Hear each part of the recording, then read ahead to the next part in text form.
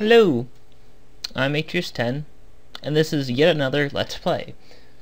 This time it's for a really old game that I loved when I was, like 6, 7, 8 years old. And up till this day, I still bring it up every once in a while and play it. It's called Castle of the Winds, and it's a game that Wikipedia says was released in 1989 for Windows 3.x. It actually was released by Epic Mega Games, the same people that do Gears of War 3. Well, now they're Epic Games, but anyways. So here we are.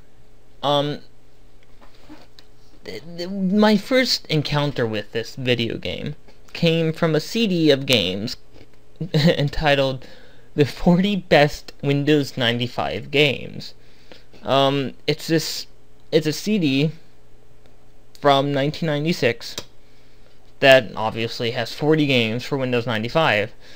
Now, whether they're the best, that's debatable, but this game was included on there, obviously. This was the one thing I played on there. The one thing I remember playing on there, at least. But yeah, it's I'm sorry. They call it a roguelike computer game. Tile-based roguelike computer game. And that's basically what it is. So let's get started. This is your character creation screen. The entirety of the character creation. Yeah, I already have my name in here, and what I usually pick out for the stats. Yeah, the graphics are just stunning, aren't they? I play on easy because I'm lazy. Light didn't do me much good. Let me go with the magic arrow. So here we are. Here's a start. No introduction, nothing. You can immediately start moving around. That's me moving around, by the way. Let me move my mouse out of the way. And let's go into a store. Now, actually here, let me explain a couple things. Character screen. The strength determines how hard you hit, basically. Intelligence determines how much mana you have and how powerful your magic attacks are. Constitution deals with your health, and dexterity determines how fast you move. Now, you can see health and mana. Speed 100 over 200. I'm not sure what that means. I'm not gonna lie. I don't know what that means. Time, you can see here every step takes about, I'm assuming these means hours, minutes, seconds. It takes about 2-point-something seconds. When your dexterity goes up, obviously it decreases the amount of time it takes to move that one step, and thus how fast you can run away from monsters. So let's go into the first store. This is obviously a blacksmith. You start with 1,500 gold, which is not that much. So what I'm gonna do, oh man. So you start out with a dagger, a small pack, and a purse. Your purse holds your money, the small pack holds stuff, and the dagger is there to stab stuff with. So I'm gonna grab a shield. I wanted a small shield, but don't have enough. I'm right clicking, by the way. Like, that's how you bring up information, is right clicking. No. You also have a general store. Ooh, now that is something I want. A large pack. A 3-slot belt too. We are pimping today. See how much do these cost? Holy crap. Holy crap. Okay, I can't buy either of those. Let's buy some boots for the poor guy. And a cloak. That looks to be it right now. Don't need a potion levitation. Right here we have the sage. No, this is a junk store, my bad. Here you can sell useless items, for 25 cents each. And the sage is interesting.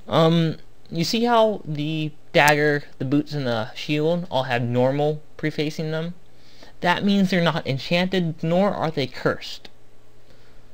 When you pick up something randomly off the ground, it'll just say leather boots or medium wooden shield, and you don't know whether it's normal, enchanted, or cursed.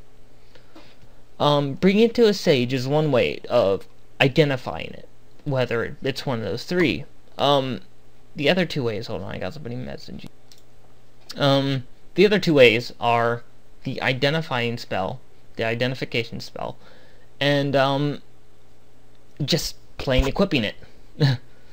You'll find out quickly if it's cursed or not, because if it's cursed, you can't take it off.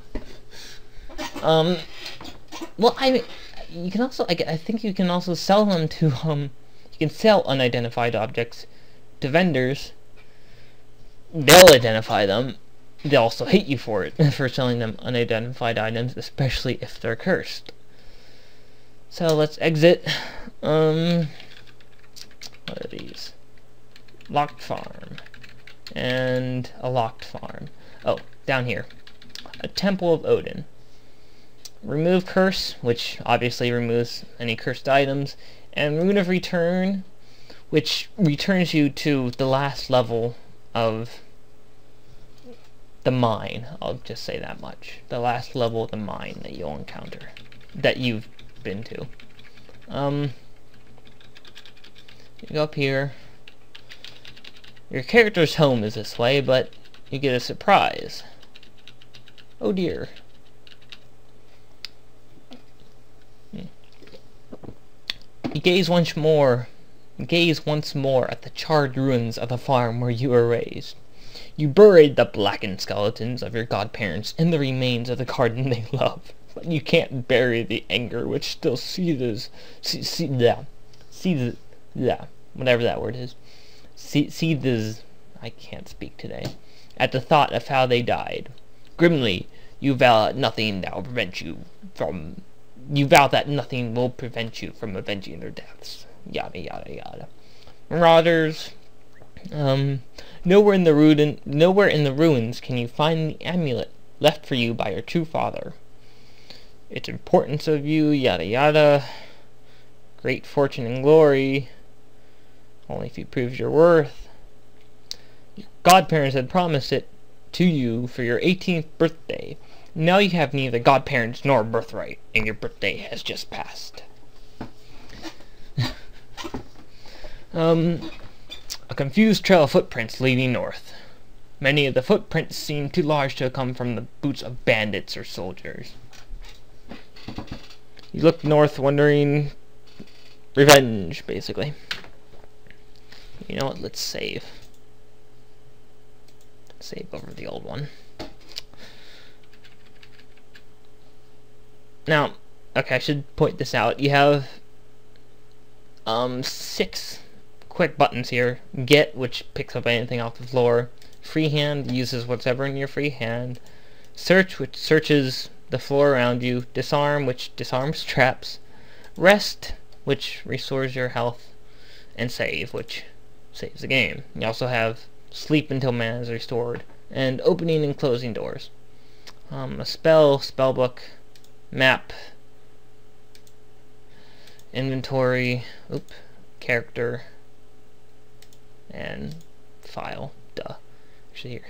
Let's see what the save levels to disk. I'm pretty sure that does not make any difference. Use fast mapping, I really don't care. Visual effects, sure. Button bars, sure. Stop running, sure. Scroll rooms on screen.